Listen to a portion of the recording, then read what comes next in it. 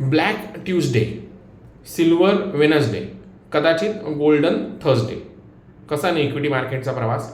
आता मंगळवारी जेव्हा जगभरातले इक्विटी मार्केट सगळे कोसळले तर त्यावेळेला सगळ्यांनी वर्णन केलं ब्लॅक ट्यूजडे.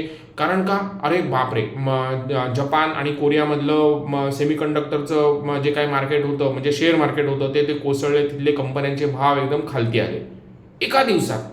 म्हणजे सगळ्या मीडियामध्ये फक्त मथळे सगळीकडे भरले गेलेले होते. त्याच्यानंतर कालचं मार्केट जगभरात सगळीकडे पुन्हा वरती गेलं, पुन्हा त्याच कारणांनी. आज सुद्धा जपानचं मार्केट हे वरती आहे. किती? 2,500 पॉईंटने. का बरं? रॅली ही प्रिडॉमिनंटली टेक स्टॉक्स रिलेटेड आहे. वर्णन कोणी काही करत नाही आहे. पण ही वस्तुस्थिती आहे का? हे चांगलं आहे का की एक दिवस मार्केट कोसळलं लगेच सगळीकडे बाजारभाव गडगडले अशा पद्धतीने? त्यामुळे just neglect. Invest in good stocks, invest in fundamentally good companies आणि पुढचा प्रवास पुढे बघत राहूया. मग मागच्या 24 तासामध्ये काही वेगळा बदल घडलेला आहे का? काहीच नाही. तेलाचे भाव $100वरून $73-74 प्रति बॅरलवरती आहेत. ते त्याच्या मार्गानुसार जातील. म्हणजे काय तर इराणचं होर्मुझवरचं जे काही आधिपत्य आहे तर ते येणाऱ्या 60 दिवसांमध्ये, येणारे 60 दिवस हे खूप महत्त्वाचे आहेत. त्या 60 दिवसांमध्ये इफ एव्हरीथिंग गोज वेल तर तेलाचा भाव खालती येईल. अन्यथा तो $100च्या दरम्यान पुन्हा जायला लागेल. ते आता आपल्याला पुढचे काही दिवसच त्या पद्धतीने सगळी माहिती कळेल, ठरवलं जाईल. ओके. आता मागचा आठवडाभर या आठवड्यामध्ये आपण बोलत होतो विथ रेफरन्स टू RBIची पॉलिसी, त्याचं वार्तांकन कशा पद्धतीने होतं, त्याच्यातली टर्मिनॉलॉजी. आता ही टर्मिनॉलॉजी जर का आपल्याला समजली आणि this is absolutely related to our common day programming तर आपल्याला ते आवडायला लागतं. मग त्या याच्यामध्ये आपण बघितलं की डोविश आणि hawkish policy, inflation, GDP, fiscal deficit, current account deficit. त्याच्यातला आपण मागचे 2-3 दिवस बघत होतो स्टेट फायनान्सेस का बरं महत्त्वाचे आहेत तर ते आज पुन्हा आजच्या दुसऱ्या भागामध्ये आपण जाणून घेऊया. मंडळींनो नमस्कार, मी प्रद्युम्न सेवेकरी, तुम्ही बघता आहात BPS investments online. State finances एवढे का बरं महत्त्वाचे आहेत तर त्याचं कारण केवळ एक की ते म्हणजे 28 राज्यांचा समूह बनून आपल्या देशाची GDP ठरली जाते. आत्ता आपण म्हणतो $4 ट्रिलियन, $4.25 ट्रिलियन ही आपली GDP. मग या ह्याच्यामध्ये आपल्या GDPचा प्रवास जर का 4वरनं 5, 7, 8 जे आपण मागच्या भागामध्ये बोललो होतो ते जर का व्हायचं असेल तर या 28 राज्यांपैकी 28 राज्य ही पूर्णपणे सुस्थितीमध्ये येणं गरजेचं आहे. आणि इन्स्टेड ऑफ रेव्हेन्यू एक्सपेंडिचर त्यांनी जर का कॅपिटल एक्सपेंडिचरवरती खर्च केला तर तो फायदा होतो. कसा फायदा होतो तर तो अशा पद्धतीने जातो की एक रुपया जर का हा कॅपिटल आउटले म्हणजे जे काही कॅपिटल एक्सपेंडिचर आहे त्याच्यावरती खर्च केला गेला राज्यांनी तर त्याच्यातनं जवळपास ₹2.5 रेव्हेन्यू स्ट्रीम्स तयार होतो. मग आता आपण 3 राज्यांचा जर का विचार केला, मग या सगळ्या 28 राज्यांमधले 3 किंवा 4 राज्य महत्त्वाची. त्या याच्यामधलं महाराष्ट्र, तामिळनाडू, गुजरात आणि कर्नाटकमध्ये पण चांगल्या पद्धतीने इंडस्ट्रियलायझेशन आहे. सॉफ्टवेअर सर्व्हिसेसच्या दरम्यान सुद्धा तिथे खूप मोठ्या प्रमाणावरती GSDPचा वाटा आहे. आता GSDP म्हणजे ग्रॉस स्टेट डोमेस्टिक प्रॉडक्ट या याच्यामध्ये. ओके. आता आपण जर का आता 3 राज्य बघितली, कुठली? महाराष्ट्र, तामिळनाडू आणि गुजरात. तर महाराष्ट्राची टोटल GSDPची साईज आहे 51 लाख कोटी. आता या 51 लाख कोटीमध्ये सर्व्हिस सेक्टर कॉन्ट्रीब्यूट 64%. किती? सर्व्हिस सेक्टर कॉन्ट्रीब्यूट 64% आणि ॲक्च्युअल सर्व्हिस आउटपुट आहे 32.64 लाख कोटी. आता फक्त मला इथे कोरिलेट करायचं without going into major technicals or major analytical data. गुजरातचं जर का GSDP बघितलं तर ते 29.82 म्हणजे जवळपास 30 लाख कोटीचं येईल. आणि महाराष्ट्राचं actual service output correlates with गुजरातचं GSDP म्हणजे गुजरातची जी काही वैयक्तिक इंडिव्हिज्युअल गुजरात या राज्याची जी काही GDP आहे तर त्याचं कोरिलेशन हे महाराष्ट्राच्या सर्व्हिस आउटपुटच्या दरम्यान होतं. आता या याच्यामध्ये जर का आपण बघितलं की फॅक्टरी आउटपुटच्या हिशोबाने म्हणजे फॅक्टरी आउटपुट म्हणजे काय तर किती राज्यांमध्ये कुठे किती मोठ्या प्रमाणावरती फॅक्टरी पसरलेल्या आहेत. तर नॅशनल फॅक्टरी व्हॉल्यूम हा जर का आपण 4 राज्यांचा बघितला 4 राज्य कुठली तर तामिळनाडू, गुजरात, महाराष्ट्र आणि उत्तर प्रदेश. या याच्यामध्ये मंडळींनो किती राज्यांमध्ये किती फॅक्टरी युनिट्स आहेत आणि त्याद्वारे त्या फॅक्टरी युनिटचं share of India's total factory pool हा जर का आपण 4 राज्यांपुरता विचार केला तर तो तामिळनाडूमध्ये 40,121, म्हणजे आता आपण बघूया की 40,000 total number of registered factories आहेत. आणि हे ॲज पर ASI फ्रेमवर्क आहे बरं का. म्हणजे हा डेटा जो काही आहे हा डेटा पूर्णपणे अधिकृत आहे. हा डेटा कुठनं घेतलेला आहे, तर हा डेटा आलेला आहे ते पण तुम्हाला सांगतो. हा डेटा आहे तो स्टेट फायनान्सेस, तुम्हाला पाहिजे तर लिहून घ्या, state finances a study of budget of 2025-26, आणि हा RBIचा 23 जानेवारी 2026चा डेटा आहे. ओके, मग आता या याच्यामध्ये आपण बोलतोय national factory volume ranking. National factory volume ranking या याच्यामध्ये 4 राज्य आपण बघतोय. 4 राज्यांमध्ये आहेत तामिळनाडू, गुजरात, महाराष्ट्र आणि उत्तर प्रदेश. तामिळनाडूमध्ये आहे जवळपास 40,000 फॅक्टऱ्यांचं रजिस्ट्रेशन, गुजरातमध्ये आहे 33,311, महाराष्ट्रामध्ये आहे 26,539, आणि या याच्यामध्ये टायनी, मायक्रो आणि ॲब्सोल्यूट टायनी यांचं वर्णन नाही आहे. आणि त्याच्यानंतर उत्तर प्रदेशमध्ये आहेत 22,141. तर आता याचं share of India's total factory pool जर का बघितलं तर Tamil Nadu constitutes almost around 15.26, Gujarat 12.01, Maharashtra 10.15 आणि उत्तर प्रदेश 7.60. याच्यातनं काय लक्षात येतं, तर आपल्याला जर का चायना +1 ही पॉलिसी अंमलबजावणी करायची असेल तर आपल्याला या याच्यामध्ये फॅक्टरी आउटपुट म्हणजे नंबर ऑफ एस्टॅब्लिशमेंट्स आणि त्याद्वारे त्याचं GDP मध्ये, नॅशनल GDP मध्ये असलेलं पर्सेंटेज हे आपल्याला वरती नेणं गरजेचंच आहे.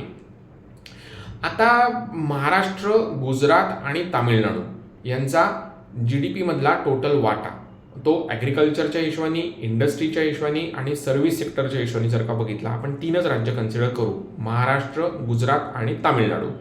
तर महाराष्ट्राचा ॲग्रिकल्चरचा वाटा आहे 13.2, इंडस्ट्रीमध्ये महाराष्ट्राचा वाटा आहे 26.8, आणि सर्व्हिस सेक्टरमध्ये फायनान्शियल सर्व्हिसेस आणि सॉफ्टवेअर सर्व्हिसेस हा जवळपास 60% आहे. तामिळनाडू हा महाराष्ट्राच्या बरोबरीने स्पर्धा करतो आहे. तामिळनाडूचं पर्सेंटेज शेअर 55% आहे.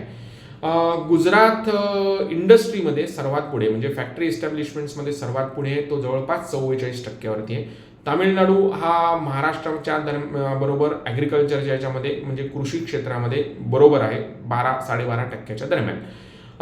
इंडस्ट्रीमध्ये Tamil Nadu is far higher than Maharashtra, म्हणजे महाराष्ट्र जर का 27% असेल तर तामिळनाडू 32% आहे. आता हे असायचं कारण काय आहे, तर त्यांच्याकडे ना क्लस्टरिंग चांगल्या पद्धतीने याचं काय, तर बघा तामिळनाडूमध्ये चेन्नई, तिरुपूर, होसूर, शिवकाशी असे वेगवेगळे इंडस्ट्रीयल बेल्ट आहेत की जे वेगवेगळ्या पद्धतीची उत्पादनं तयार करतात. म्हणजे आता जवळपास जर का थर्ड पार्टी असेंब्ली ही आपण बघितली तर इट इज वेल कॉन्ट्रीब्युटेड आणि वेल स्प्रेड इन टू तामिळनाडू. मग ते फॉक्सकॉन असेल किंवा अजून टाटाची, ॲपलसाठीची फॅक्टरी आउटपुट असेल तर ते तामिळनाडूमध्ये जास्त आहे ॲज कम्पेअर टू महाराष्ट्रामध्ये सॉफ्टवेअर सर्व्हिसेस, बँकिंग सर्व्हिसेस आणि लार्ज फॅक्टरी इस्टॅब्लिशमेंट्स या जास्त आहेत. आता हे करत असताना एक महत्त्वाचा मुद्दा ज्याच्यावरती आज आपल्याला बोलायचं आहे आणि तो म्हणजे 16वं फायनान्स कमिशन. आता 16वं फायनान्स कमिशन काय सांगतं हे महत्त्वाचा विषय, तो का बरं ऐकण्यासारखा, तर ओव्हरऑल GDP मध्ये, आता ओव्हरऑल GDP मध्ये या 28 राज्यांच्या ह्याच्यामध्ये राज्य आणि सेंटर यांचं जर का आपण एक्सपेन्सेस बघितले तर ते आता बघा as of 2026 28 states collectively spend around 51 lakh crore as compared to centre which spends around 49 lakh कोटी.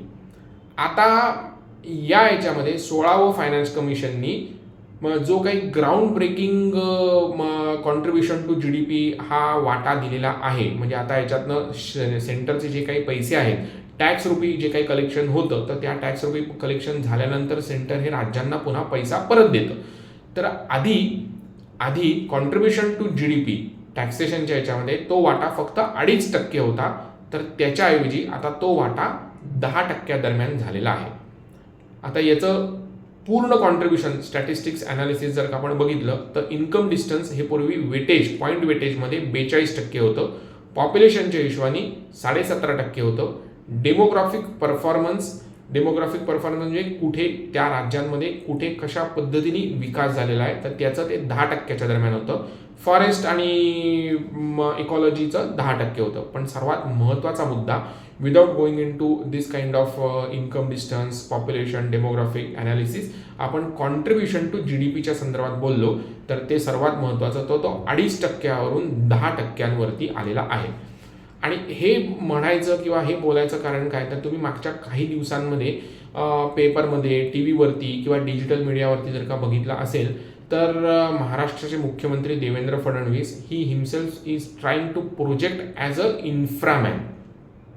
म्हणजे जे नितीन गडकरी करत आहेत किंवा करत होते, तर त्याच पद्धतीने देवेंद्र फडणवीस हे स्वतःला इन्फ्रास्ट्रक्चर किंवा इन्फ्रामॅन या पद्धतीने प्रोजेक्ट करत आहेत. दोघांमध्ये स्पर्धा आहे. दोन कोण, तर उत्तर प्रदेशचे योगी आदित्यनाथ आणि देवेंद्र फडणवीस. आता वेगवेगळ्या चर्चा, समारंभ किंवा अधिवेशन नाही म्हणता येणार, पण related to all digital media किंवा ऑल सोशल मीडिया, तर याच्यामध्ये सगळीकडे योगी आदित्यनाथ आणि देवेंद्र फडणवीस हे स्वतःला इन्फ्रामॅन या पद्धतीने प्रोजेक्ट करायचा प्रयत्न करत आहेत. आता हे करायचा प्रयत्न एवढ्यासाठीच की हा 16व्या फायनान्स कमिशननी, पुन्हा सांगतो 16व्या फायनान्स कमिशननी जो काही कॉन्ट्रीब्युशन टू GDP हा डेटा दिलेला आहे, तर तो 2.5%वरून 10%वर आणल्यामुळे कॉन्ट्रीब्युशन टू GDP याच्यामध्ये इन्फ्रास्ट्रक्चर स्पेंडिंग मोठ्या प्रमाणावरती होणं गरजेचं आहे. ते झालं तर त्याचा वाटा राज्यांना मोठ्या प्रमाणावरती मिळतो. आणि आत्ता जसं आपण मगाशी बोललो की ₹1चा वाटा कॅपिटल आउटलेवरती स्पेंड केल्यानंतर 2.5 रुपयाची ग्रोथ ही आपल्याला GDP मध्ये दिसते. ते सगळ्यांना इथे दाखवून द्यायचं आहे. त्यामुळे ही स्पर्धा आहे. आता हे होत असताना मगाशी आपण बोललो की राज्य आणि केंद्र हे किती प्रमाणामध्ये पैसा खर्च करतात. आता याचं दुहेरी हे तलवारीसारखं आहे. म्हणजे का बरं, तर इन्व्हेस्टमेंटच्या हिशोबाने आपण बोललो, म्हणजे हे आपण परसेप्शनपेक्षा स्टॅटिस्टिक्स या अनुषंगाने घेतोय. तर इन्व्हेस्टमेंट्स हे आपलं मुख्य अंग, तर ते आपण जर का बोललो तर मोठ्या प्रमाणावरती जेव्हा राज्य हे खर्च करायला लागतात आणि RBIच्या कंट्रोलच्या याच्याप्रमाणे कदाचित ते जर का बाहेर जायला लागतं, तर त्यावेळेला क्राउडिंग इफेक्ट येतो. बघा, क्राउडिंग इफेक्ट म्हणजे काय असतो, तर तो जी राज्य ही अनुत्पादक कामासाठी जर का तो पैसा खर्च करायला लागले, आता पैसा त्यांना देतं कोण, RBI उभारून देतं. गॅरंटी कोणाची येते, सेंटरची येते. पहिली गॅरंटी कोणाची असते, स्टेटची असते. पण त्याला काय होतं की रेट म्हणजे हे जे काही स्टेट डेव्हलपमेंट लोन्स SDL जे आपण GSECच्या दरम्यान बघितलेलं होतं, GSEC म्हणजे गव्हर्नमेंट सिक्युरिटीज, तर या याच्यामध्ये SDL राज्य ज्या याच्यामध्ये लोन घेतात तर ते वाढायला लागतं. आणि RBI doesn't like any kind of inflationary increasing measures into the economy. मग त्यावेळेला आयदर ते ऑप्शन म्हणजे तो पेपर जो असतो ज्याच्यातनं राज्य बॉरो करतं अंडर RBI गायडन्स, तर RBI ते ऑप्शन डिझॉल्व्ह करतं याचा अर्थ ते ऑप्शन बाद करतं. कारण RBI doesn't like unnecessarily rate increase which is going to cause heavy inflation on the other side. आता हे इन्फ्लेशन हे RBI कंट्रोल्ड आहे, म्हणजे RBI याच्यावरती 100% कंट्रोल करायचा प्रयत्न करते. दुसरं इन्फ्लेशन जे कोणाच्याच कंट्रोलमध्ये नाही आहे सद्यस्थितीमध्ये, that is related called as food inflation. असो, ते आपण नंतर बोलूया. मग हे क्राउडिंग इफेक्ट का बरं होतं, कारण ज्याला कॉर्पोरेट्स सुद्धा बाजारामध्ये येऊन डिबेंचरच्या द्वारे किंवा त्यांच्या बॉन्डच्या द्वारे पैसा गोळा करायचा प्रयत्न करतात, आणि त्याच वेळेला राज्य सुद्धा तिथे येऊन पैसा गोळा करायचा प्रयत्न करतं SDL मधनं, आणि केंद्र सरकार सुद्धा GSECच्या माध्यमातून पैसा गोळा करायचा प्रयत्न करतं. हे जर का अनुत्पादक कामासाठी झालं तर मोठ्या प्रमाणावरती क्राउडिंग इफेक्ट तयार होऊन ओव्हरऑल इंटरेस्ट रेट वर जाण्याला कारण ही पुरेशी होतात, आणि ते दॅट RBI डझंट लाईक. मग ते होऊ नये आणि ते चुकून सुद्धा आकर्षक दिसलं तरी असे पेपर्स आपल्या इन्व्हेस्टमेंट पोर्टफोलिओमध्ये 100% नसावेत. कुठले पेपर्स आहेत ते आपण पुढच्या भागांमध्ये जाणीव करून घेऊया. नक्की ऐका, कारण का तर हे असेच पेपर्स आहेत, आणि हे पेपर्स म्हणजे स्टेट डेव्हलपमेंट लोन्स. हे असेच पेपर आपल्याला मार्केटिंग करून दिले जातात. चांगले आहेत का ते? नक्कीच नाही. का बरं? जाणून घेऊया पुढच्या भागांमध्ये. असेच वेगवेगळे विषय दररोज घेऊन आपण दररोज चर्चा करायला येऊया. उद्याच्या भागामध्ये आपण ऐकूया फॉरेक्स. आता याच्यातला एक मुद्दा लक्षात घ्या. फॉरेक्समध्ये मी एक प्रयोग करतोय की लोंड आणि ओंड म्हणजे काय, जाणून घेऊया उद्याच्या भागामध्ये. नमस्कार, धन्यवाद, हॅव अ गुड डे.